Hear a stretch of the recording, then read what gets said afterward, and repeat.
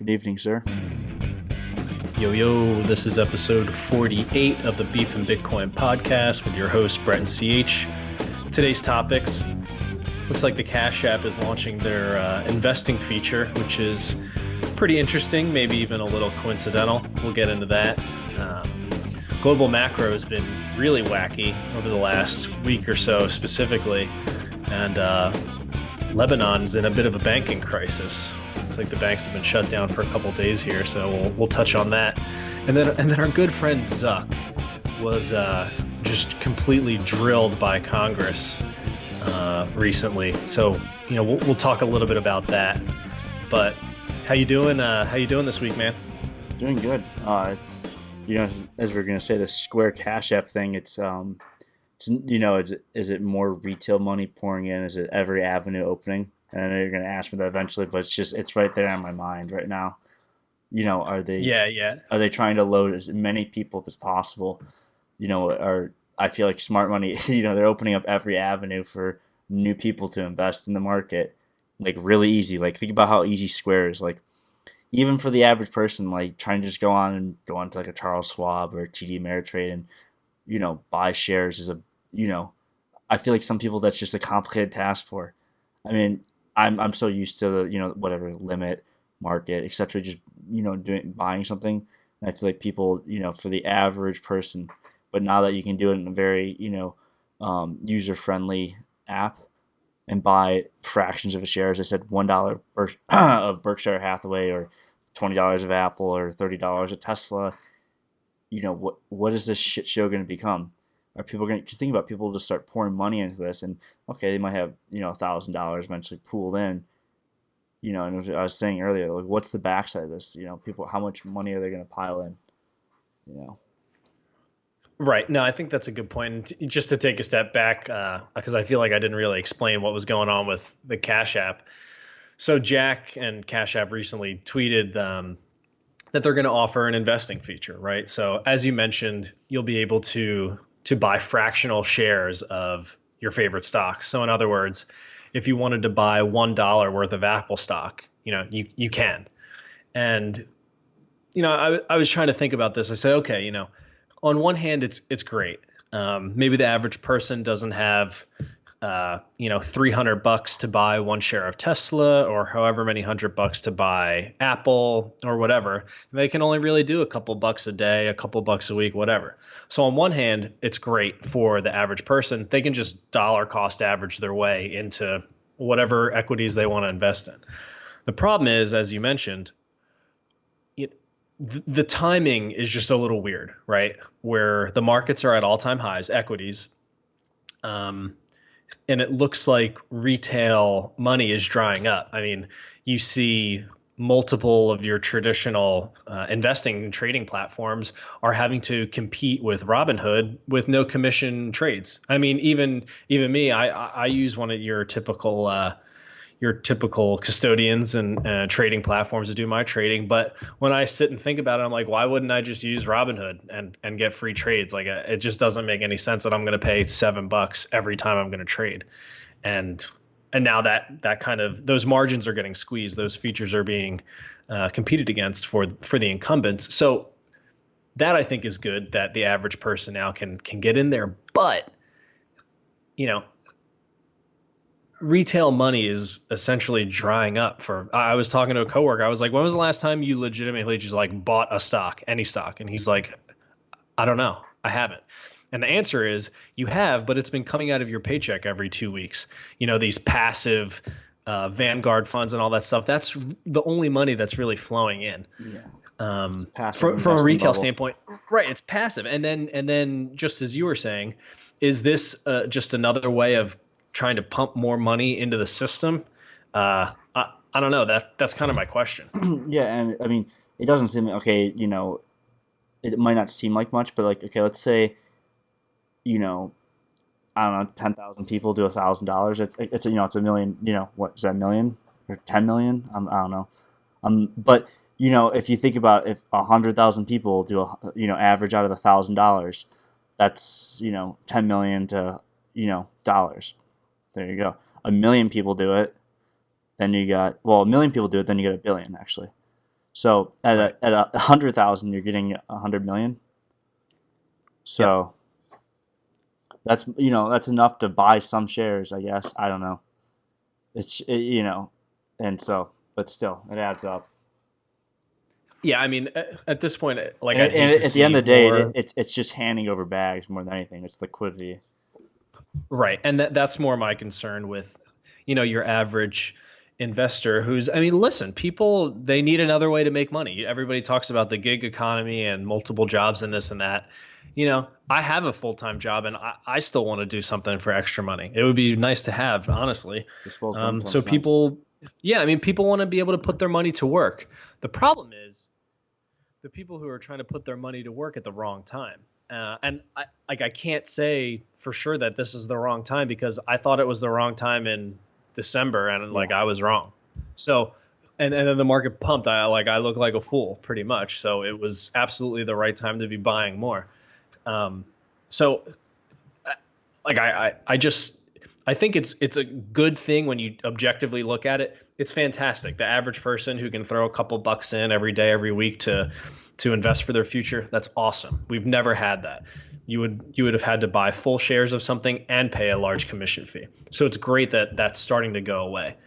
Um, the other thing I wanted to ask you was, and the reason I asked is because Jack had kind of had commented on this tweet from the Cash App, and he said, "This is Jack Dorsey, the CEO," and he said, you're not into stocks, you can still stack Sats. So it looks like you're going to be able to switch from their Bitcoin, buying and selling platform, and you'll be able to like kind of hit a button and switch, and it'll take you to the stocks section.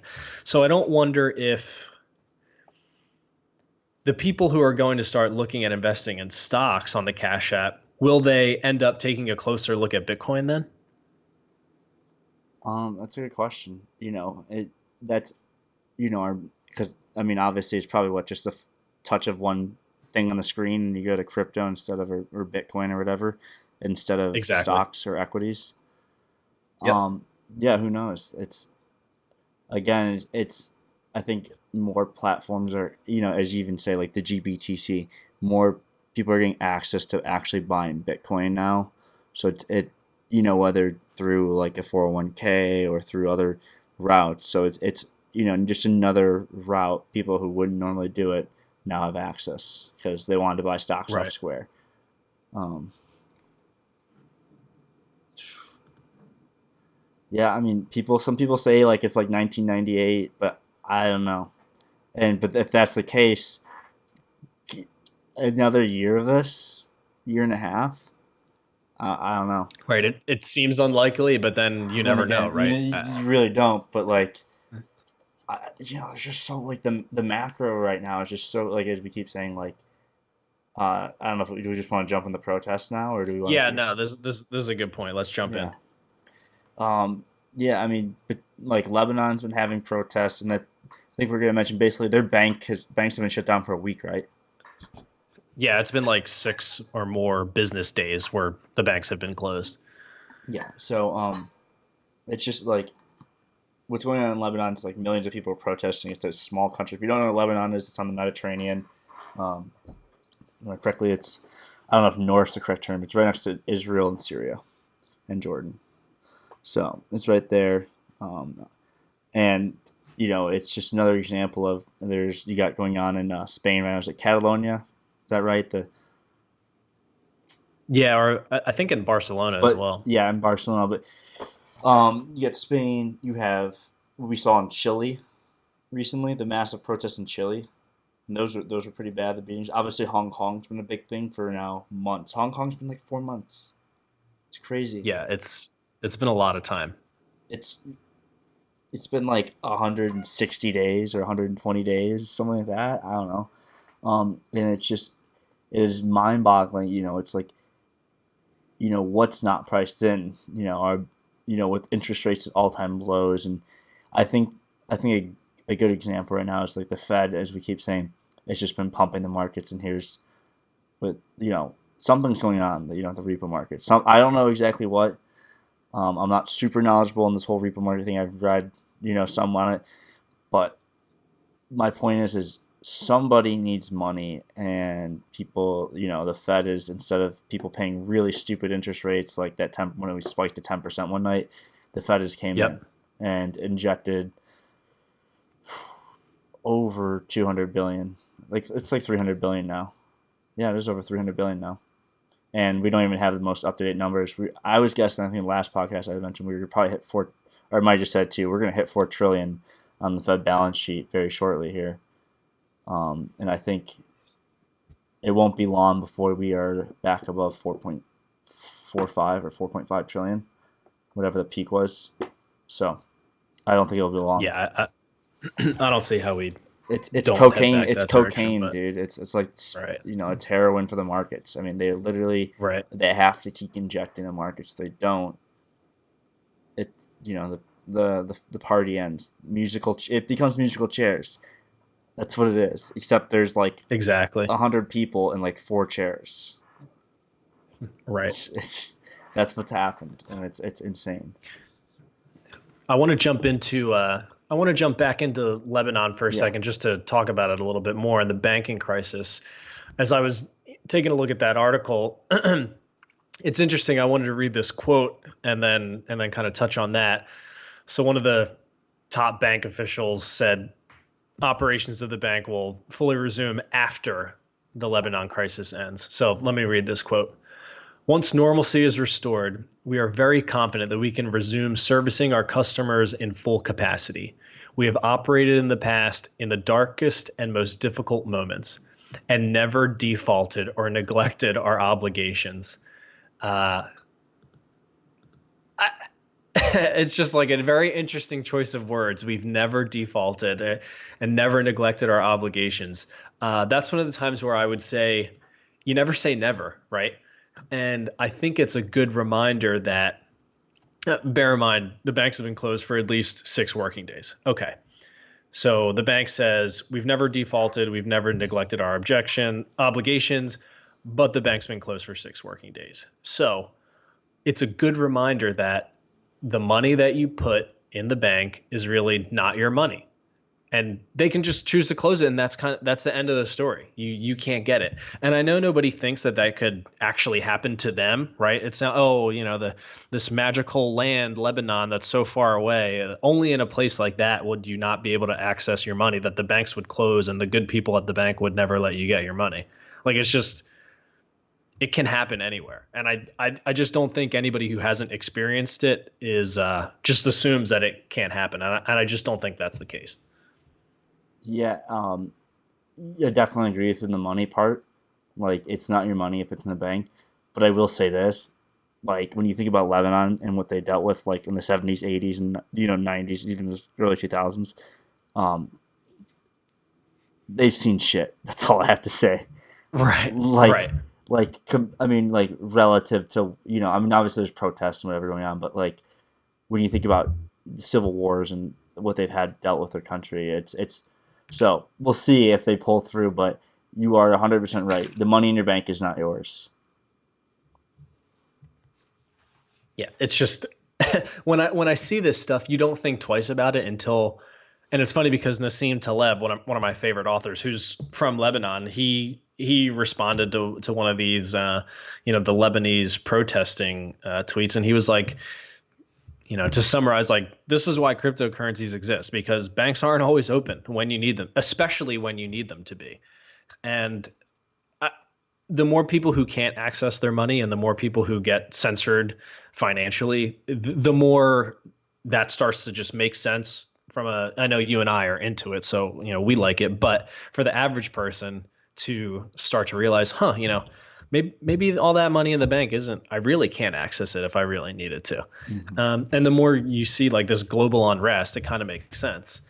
And, just to follow up on the global aspect, I saw that McKinsey had recently put out a survey saying that more than half of the world banks are too weak to survive a downturn. So what does that even mean when you hear that? Well, it just means I think we're in this time like and as we keep saying, what the Fed's doing right now, the Fed is doing whatever they can, along with every other central bank, to keep whatever they have going. This new normal, as they say, where volatility is not allowed. Markets can't, and realistically, markets can't go down. There's this whole passive investing thesis built on markets don't go down.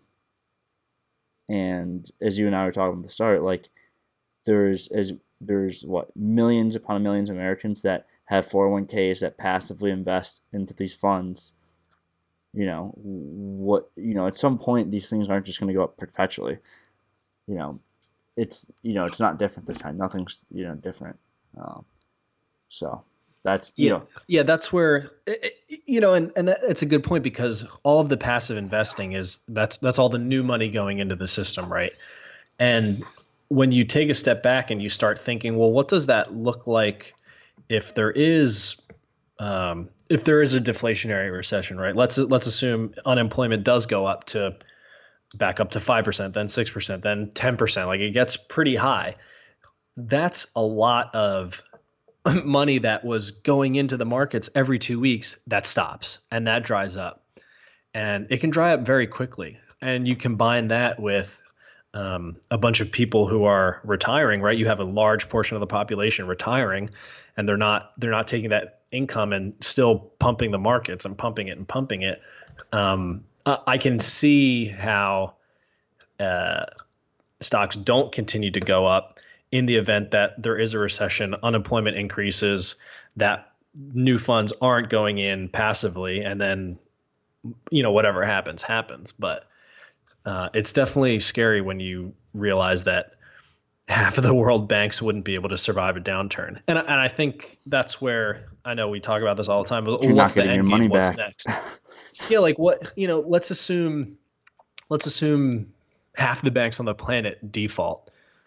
And the United States defaulted in 1971, and nobody really talks about that. Like, we had to come off of the gold standard because nobody could redeem what we said we had. And when that happens again, that's what that would be. The banks are defaulting. They do not have the money. That replacement starts to look like a IMF coin, a Fed coin. How do you just make new money and you default, and then the show goes on? But people will be pissed, and they'll have to pay the price of heavy inflation. Yeah, and I'm reading a pretty interesting book I just started right now. It's called Suicide of the West, and it's just talking about all that's happened, and especially since recently, they talk about since the financial crisis. But like, just when you look at in the U.S., the political gap and divide has become so divisive, and in other countries you're seeing it just come out in the form of protests, like we see in Lebanon, as we see in Beirut, Lebanon, Hong Kong, Barcelona, obviously Paris. I mean, Paris is a major city, and that was going on. I think it's still going on, but I just don't think it gets covered to the extent it should. The Dutch farmers, right. I mean, the Dutch farmers literally took tractors and just blocked every road, basically. It was insane. You see the videos? That was big. That was wild. Nobody talked about that, though. Yeah, exactly. I don't think, and as they say, like, the revolution will be televised. I think you're seeing there's a huge silent majority, I think. And I think people are starting to realize that I think a lot of people are in the same boat. Like, a lot of people.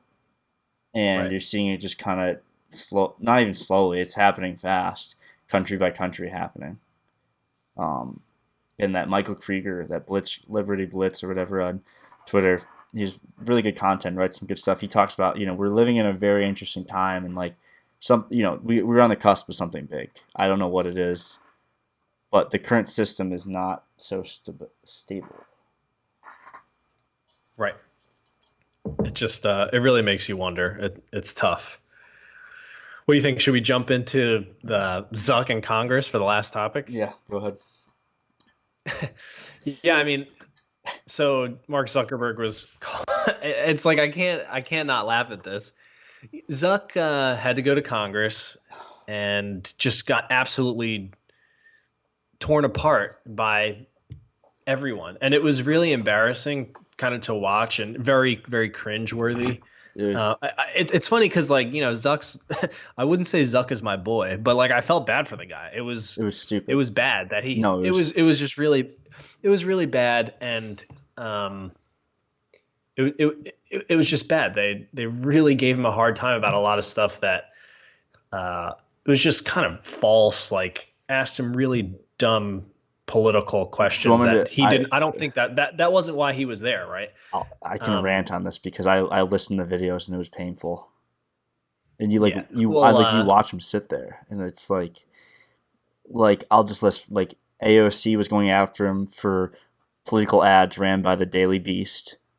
She was attacking him on that, and then when he was like, "Well, we don't, decide who can post political ads or whatever," and she just starts ripping at him on something else, completely besides the point of Libra. You know what? right. And then there was a Democratic representative. I don't know he looked like Hawaiian or something or Samoan, and he was asking why aren't there enough LGBTQ plus people on the Libra team, and finally Maxine Waters was going in about I think it was Maxine Waters about Russia conspiracy. And it's like I don't think any of these people came in and did their homework. They just came here to make fools of themselves. And Zuckerberg's sitting here like, and as I said, I mentioned before, I don't like Zuckerberg, but like as you said, he felt bad. It's like he's sitting here, and these Congress people are just making fools of themselves. He Yeah. was there for the Libra hearing. Am I wrong? I'm pretty sure he was there for the Libra, right? No, no, no. Yeah, Okay, because like they were I assume asking that would have been questions that were the so topic far, of the whole thing. Yeah. so far off, dude, and I was just like, it's like none of these people did homework. It's like they should be kicked out of their jobs. Like, why not get the right people that these people are, supposedly voted in, and they aren't doing their jobs. Like as an American citizen, left or right, you're looking at this and it doesn't matter. Like you just like, what are they doing? They it was a very specific thing, Libra, the crypto, how it's going to affect markets, etc. And Right. No, it's embarrassing. I don't know. I mean, just to talk about the Libra aspect of it.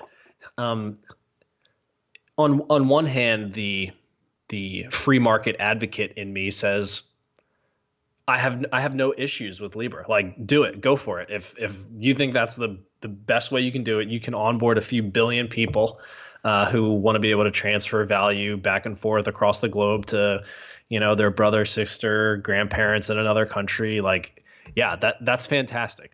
Super needed. It'd be great to have the people who are really trying to help their families the most not get destroyed by Western Union trying to send a couple of $100 back to wherever. A lot of it's very ridiculous. Now, on the other hand, you think about all of the privacy issues that come along with Facebook, storing people's conversations, their pictures, just a lot of not so great things for your privacy. And you start to think, do I really want my financial transactions to be tracked by Facebook? And obviously you don't, but the whole thing just sucks because on one hand, it sucks, I guess is a better way to say it, because you want to see technology kind of flourish, and you heard a couple of the more, I don't know, informed Congress people kind of understand that, but then also suggest like, why aren't you using something else like Bitcoin? Or Patrick McHenry kind of took a jab at him, and Warren Davidson just kind of saying like, there's a reason you're here pretty much. And one of them made the point that you can't subpoena Satoshi, that's like the most beautiful part about decentralized money. Like there is nobody to anonymity, put on the stand, right? There is no fungibility. You can't reach out to Satoshi, right? You just can't. Yeah. You can't do that. But they can. If Libra goes wrong, let's assume Libra works fantastic. It's great. Humans are flourishing. It worked out fantastic. And let's say governments around the world don't like that because it is working. They can just go grab Zuck from his house, put him on the stand. Like, and that's where you start to realize that a more decentralized, and gold has this property too, right? There's no fucking gold maker, like one fucking guy who controls all the gold. Although I guess you could say the majority of it is in Fort Knox, but like it kind of has a similar property, and that's what makes Bitcoin, in my opinion, very special. That there is nobody you can just kind of grab and put them on the stand or throw them in prison or whatever. Let's put Roger Ver I on the think that's stand. just that guy's already gone to prison and paid his dues, I guess. As much as I really don't care for the guy too much I anymore. think that's Charlie. I think you're Uh, thinking of Charlie Shrem. no. Roger Ver went to prison as well for He did. selling explosives on eBay. It was like not actually explosives. It was I didn't know he did that. like fertilizer, chemicals kind of thing, sold as explosives or firecrackers or whatever. It's interesting because the guy's a more of a libertarian, very strong view. Yeah. I mean, don't get me wrong. I agree with a lot of his political views for sure, but um, like he also sucks as a scammer. So, but yeah, man, he went to prison, and so did Charlie Shrem. And it's funny that those two kind of work together. But they were like the early Bitcoin people. Like that's like like early Bitcoin. That's the big. I don't know. That's who I thought of like before I really got into crypto. Those are the names. No, yeah, I mean, and when you really think about it, think about the people who went to prison, early Bitcoiners. Yeah. Charlie Shrem, Roger, Ross. That might have been before, and then Ross. And Ross, for anybody who doesn't know who Ross Ulbricht is, definitely Google him, look into his case. The guy's fucked, really. He's stuck in prison forever unless there's a presidential pardon, which, yeah, I mean, and for making a website, and it's upsetting, but at the same time, I wonder how many people thought twice about doing something with Bitcoin because Ross was thrown in prison for the rest of his life. And that's... I wonder how many people got rich because of Ross. Oh, yeah. I mean, they're like buying, Bitcoin and shitcoins back in the day, and they just had them, and then one day these tokens are worth 100 times their money. Or Bitcoin's worth 100x of what it was 3 years ago. I listened to a podcast of a guy who was a drug dealer on the Silk Road, and he said he got in the forced hodl mode because he had to go to jail for like 3 years or something. And he's like, I came out and like a bull market had happened, and he was like, holy shit. But imagine, buying to be a drug dealer on the Silk Road, making a ton of BTC, and then having a forced hodl because you were thrown in jail. Like the whole thing is mind blowing. But I mean, like that's legit. Like that happened to people, more people than you'd probably think who have heavy BTC bags from the days of the Silk Road. And I think people don't think about how important the Silk Road actually is. That was like your first free market, and it was as much as people don't think the Silk Road was a good thing, it was a fantastic thing for showing how free markets can really flourish, especially when it comes to like the war on drugs and the drug trade. Like there were people who were trying to either get drugs for their family members with cancer. Like I think Peter McCormack did that. And then you had other people who didn't want to engage with their local friendly neighborhood drug dealer. And it was a safer way to have free market transactions if you wanted to get drugs. And if anything, crime was decreasing. And it would be a very positive thing for society, but it's very scary to your favorite senators or whoever to hear that you can buy illegal goods over the internet, even though you're not harming anybody. And the best part was that Bitcoin made the whole thing possible, or how else would you pay for it? And I think that turned so many people in 2012, 2013 into Bitcoiners because like it fucking worked, which is mind blowing that it actually worked. It'll be interesting, how history, treats that. I mean, because that's so recent when we think about it. Only 4 years ago when it shut down? 5 years ago, 2014. Yeah, I mean, I think it was 2013 is when it was shut down. How long was it? It's funny because I remember it open for. I think almost 2 years or so. Yeah, it was open for a But good it's while. interesting because I remember being at work in 2013 and someone had mentioned the Silk Road to me, Yeah. and Well, it didn't click. I didn't understand what it was. I think I knew that you could, buy drugs over the internet, but I didn't know that Bitcoin was the fucking medium of exchange. That's how you actually paid for yeah, it. So that part didn't click with me. I wish somebody would have told me beforehand because I that would have been maybe I would have gotten interested earlier. But yeah, I mean it is wild for sure. there was a kid I knew who was like, this was like after the 2014 peak, or 2013, I know 2013 peak or whatever. He was like, I think, just buying drugs through the dark web, in 2015 and 2016, buying Bitcoin, then having to buy Monero to buy these drugs, and like didn't even think about it and was like, fuck. When we were talking about it, like, and like when everything went retarded in 2017, he's like, fuck. He's like, here I am diddling around this thing. Like, think about it, dude. Like, I'm just gonna pull up the coin market cap chart just because. So are you saying like he wasn't even thinking about it from an investment standpoint? He Yeah, was just using it to, well, to okay, make I money, gotcha. yes. And like, you think about like the wall, like that year became, like, it was just,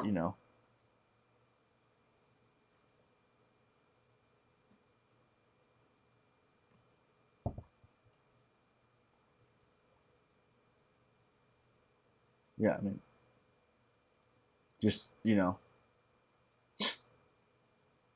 Right. let's see. I think it told.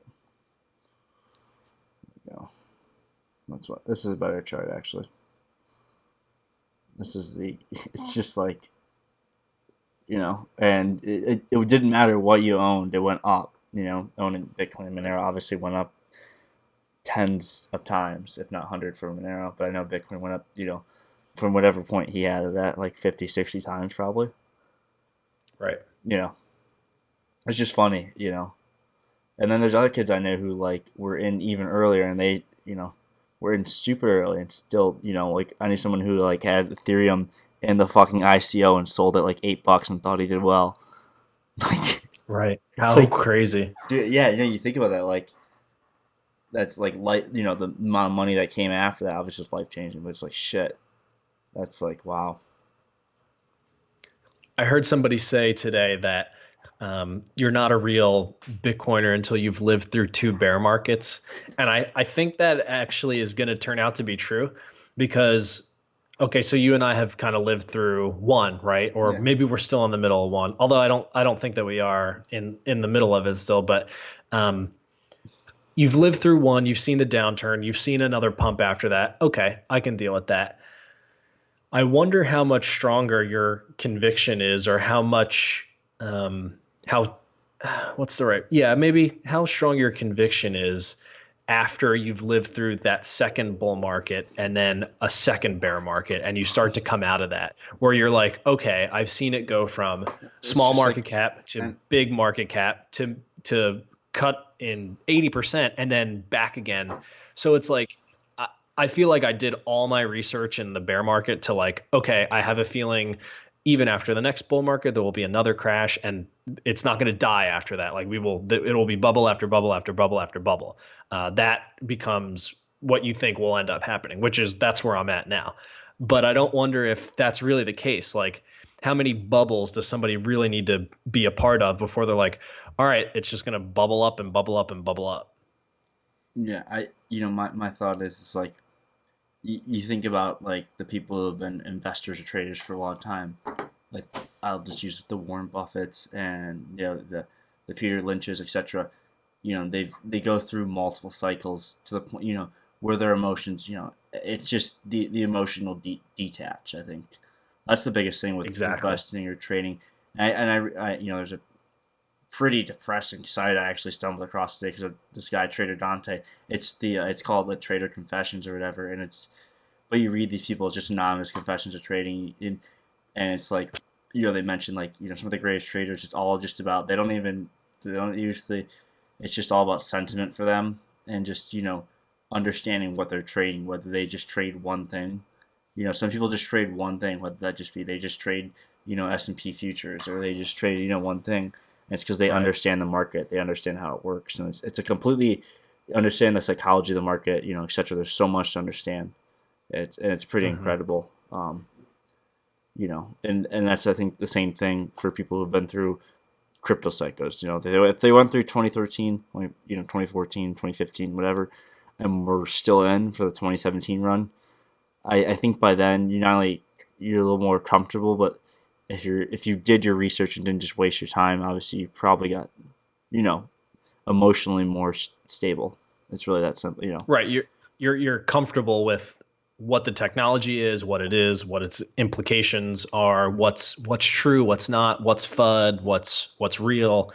Um, Flood. and I think that's kind of right. Like that, I've figured out like that was all I did in 2018. I was like, all right, piece by piece, each thing of FUD doesn't make sense, and then kind of work your way through it. And then you realize a bunch of it's just a bunch of bullshit, and then you start going with shitcoins. Like, okay, well, why doesn't this make sense, and why would you assume that the majority of value would accrue to one thing?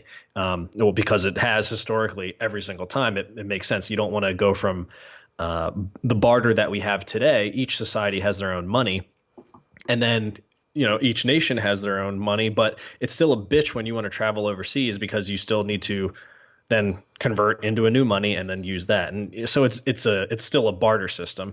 And I just don't see how it makes economic or logical sense that you're going to move then into digital barter and buy buy gift cards that are volatile and then use those for certain use cases. It's just it just doesn't make very much sense. So you do your homework, you go through all of that, and now you're here. And either we get out of the depths of this bear market, crack new all-time highs, and keep going in the next couple of years, or you don't.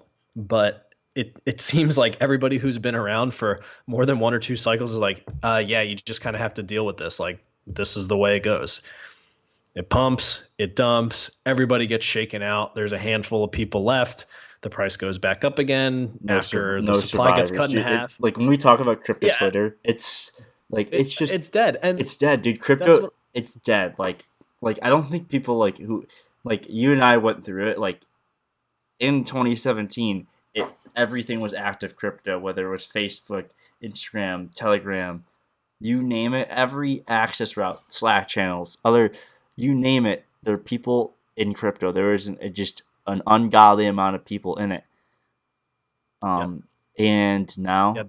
there's a few No, people they're all left gone. around, and that's about it. Yeah, you have a bunch of people who either have heavy bags who stuck around. Maybe you have people who kind of like sold at certain points and kind of retired. They're crypto rich and they're just hanging out. But I mean, even the people who kind of got me into this space, like they're all gone. One of the guys actually hit me up today, and we were That's chatting for a little crazy. bit. But I'm like, yeah, I haven't heard from you since like the end of 2017, and then everybody was just like not going to talk about it. Now it's 2 years later. It's 2 years. It's been a long, Dude, long I time, know it's literally been and just fuck. no, it's been a long time, and the thing is, like, it's still here. We're still at what 7.5K. We still hit almost 14K, and it was not that many people who were like, all right, fuck it, I'm gonna start buying again, and that was it, and now we're here. So I can't imagine like what the space looks like when you get that new wave of new users again. Like, it'll be messy for sure, but Yeah. the emotional change, like, it happens like that. Yeah. And that's the sentiment you were just talking about. I mean, the sentiment for me right now is like, it's nobody's around, and everybody is like hopeful but bearish. So I like that. To me, that's like bullish for me because I'm like, all right, cool. I can stack sats on the cheap, hopefully. Yeah. How many people got you into crypto? Like a couple? Yeah, it was one of my coworkers, and then like a large group of his friends kind of like got him in, maybe five or And they're just 10 all dudes. they don't even associate Yeah, with no, it. yeah, nobody mentions it. One guy like absolutely crushed it on Ethereum. I think he got in like close to pre-sale levels are like in the sub Oh, couple buck range. yeah, So like, he was like, he's doing fine, but he didn't do any homework. Like he doesn't can barely use a hardware wallet, all that stuff. Like it's not like he's an expert, right? So yeah. you have a bunch of people who made a lot who have done zero research of like really trying to become a little bit more of an expert in the space. I feel like I was the only jerk off who was like, all right, I'm going to try to research this and, I'm see gonna what make is memes actually about going crypto on here. because Yeah. Like that was, I'm like, all right, well, I've already bought I bought early-ish, but also you're investing at the top, like that's okay. I can deal with that and live with my mistakes. But if I'm going to live with my mistakes, I might as well do as much research as humanly possible to try to figure out what the fuck is going on here. But not many people did that. And that's the sentiment we were talking about. That's the emotions. People just literally stopped talking about it because it was not just fun to talk prices. about. A It's lot of not fun people to lost talk a about. lot of money. Oh yeah, No, people were up six figures, seven figures. I mean, we're talking a lot of money people were up. yeah, And then, I mean, they lost it all. yeah. And a lot of them didn't convert any of their alts. They're holding them, and just one more pump. Hopefully, there's one more pump around the corner.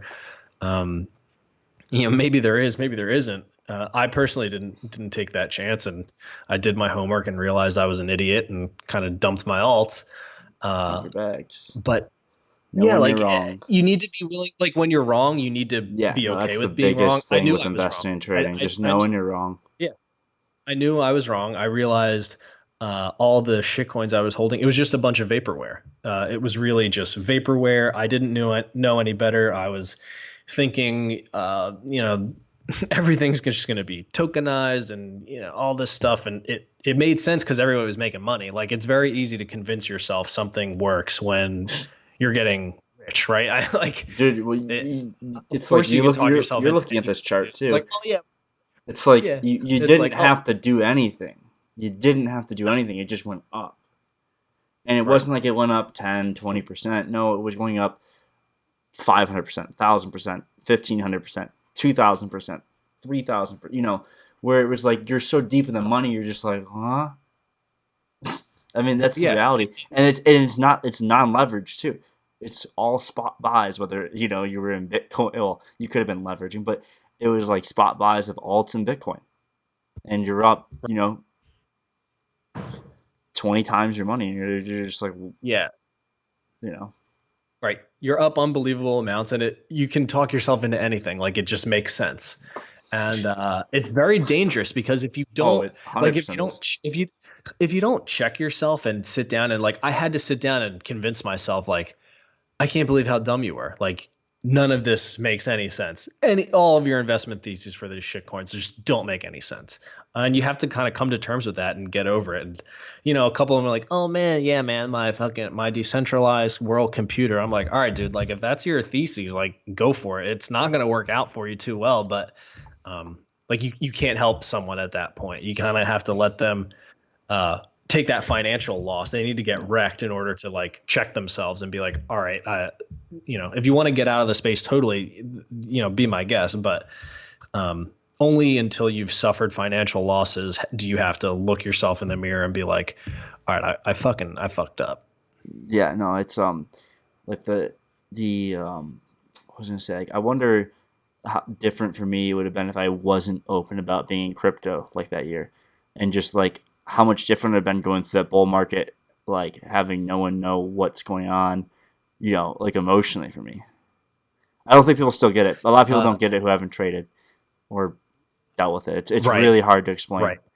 It's like you have to go through it and understand.